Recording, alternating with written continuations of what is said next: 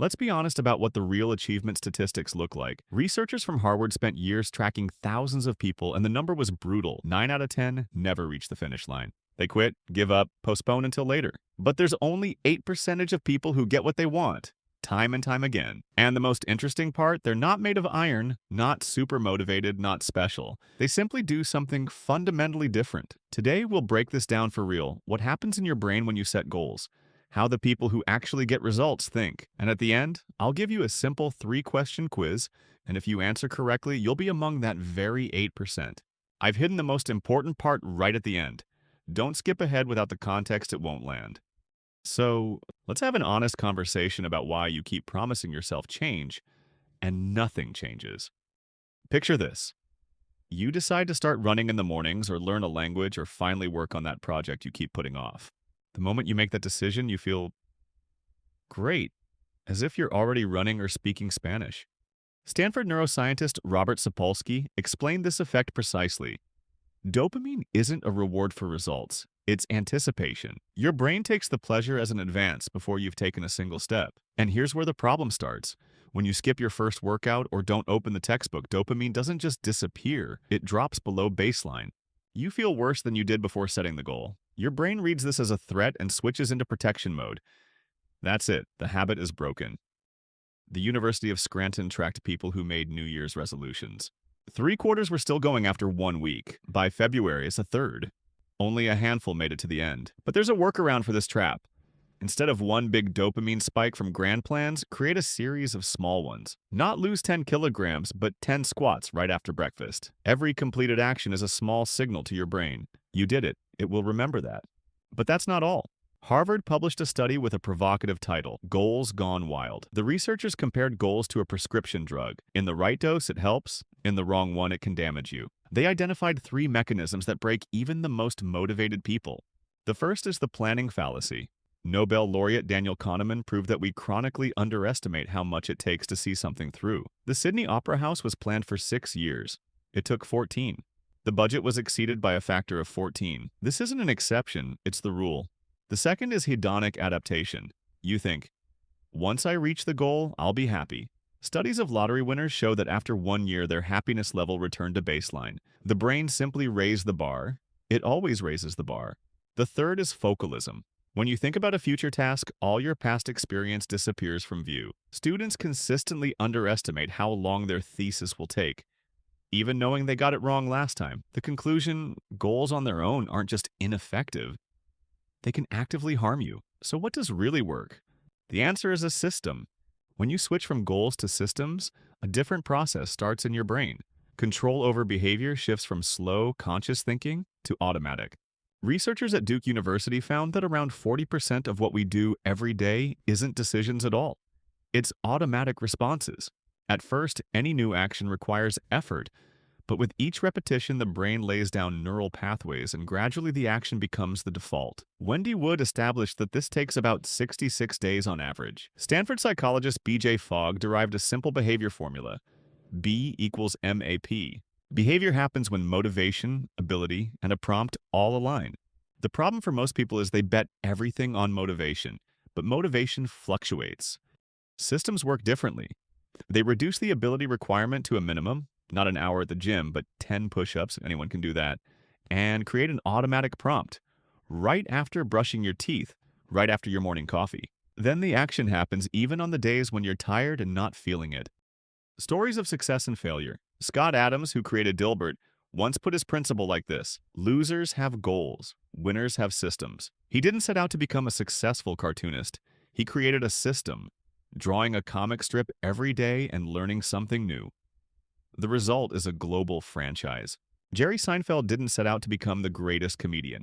He set himself one rule, one joke a day, marked on the calendar. The streak must not be broken. The result? He became the richest comedian in the world.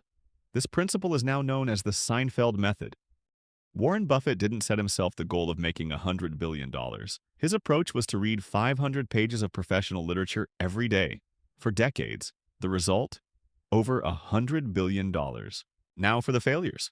Van Gogh was a genius with a brush and a complete zero at building any system for getting his work in front of people. He sold only 1 painting in his lifetime. Even Michael Jordan failed because of the wrong approach. Michael didn't make his high school basketball team. Why?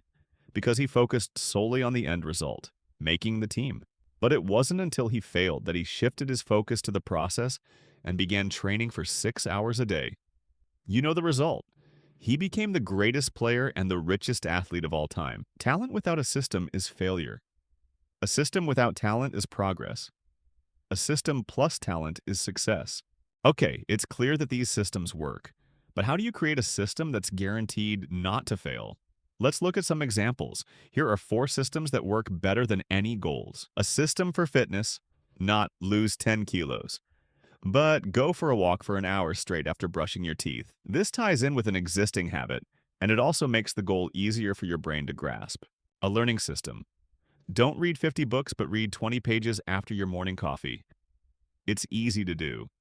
And if you add it all up, that makes 7,300 pages a year. System for career.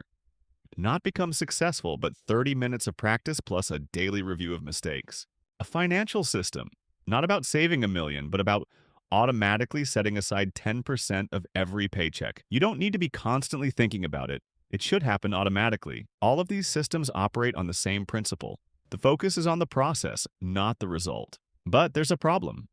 90% of people give up on new habits after a week. There are 3 principles that can help prevent this. Habit stacking. Attach a new action to an existing one. It works like this. After I've done what I'm already doing, I do something new. The brain perceives this as a continuation rather than an extra effort. Environment design. Don't rely on willpower, just change your space. Want to read? Move your phone off your nightstand and put the book there. Your environment drives behavior more powerfully than your intentions. Micro habits. Start with something you simply can't fail to do. Not an hour's reading, but a single page. Not a trip to the gym, but 5 push-ups. James Clear calls these atomic habits. They're so small that it's impossible to fail at them. It turns out that consistency isn't achieved through willpower, but through the right system design. Now that we have all the tools, let's put them into practice. Here's a step-by-step plan for how to replace your goal with systems and transform your life in 30 days. Week 1. Audit. Look at your goals and decide which ones can be reformatted into a system. Pick one area to experiment with: sports, education, or work. Week 2. Designing the system. Come up with an action that takes between 2 and 5 minutes. Link it to something you already do. Remove anything from your surroundings that distracts you. Week 3. Tracking. Keep a visual log even if it's just ticking boxes on your phone's calendar. Make a note of every task you complete, no matter how small. Week 4. Adjustment. Analyze what has worked and what hasn't. This plan works because it is based on all the principles we have covered. It takes into account the psychology and neurobiology of habits. It's time for the final check. If you can answer these 3 questions, then you have a system, not just a goal. Question 1. What exactly are you going to do tomorrow? The system goes something like this. At 7 in the morning after my coffee, I'll read 1 page. The goal sounds vague, like, I'll work on the goal. Question 2. How will you know that the system is working? The system provides you with daily metrics. A goal, on the other hand, simply gives you an end result that lies somewhere in the future. Question 3. What happens if tomorrow doesn't work out? A system have a plan B, a minimum version. If I can't manage an hour at the gym, I'll do a workout at home. A goal says, I'll start fresh next Monday. Now I have a confession to make. This video is a perfect illustration of the very trap I was talking about. While you were watching, something was already happening in your head. Either you got inspired and thought, right, starting tomorrow morning, I'm doing things differently. Or you felt overwhelmed by the volume and decided, interesting, I'll figure it out later. In either case, congratulations. You just got a dopamine hit from planning alone. Exactly what I was talking about at the very beginning. You now have exactly 2 paths. The first, tell yourself useful stuff, I should apply it, and close the tab. It'll blur within a day. Forgotten within a week. That's what 92% do. The second, break this pattern right now, not tomorrow, not after you make a list. Right now. Open your calendar on your phone. Put a cross for today just for watching this to the end. That's your first system, the habit of marking what you've done. Tomorrow, do 1 small action. 1 page or 5 push-ups and put down a second cross. Don't plan your changes, start them. And welcome to the 8%.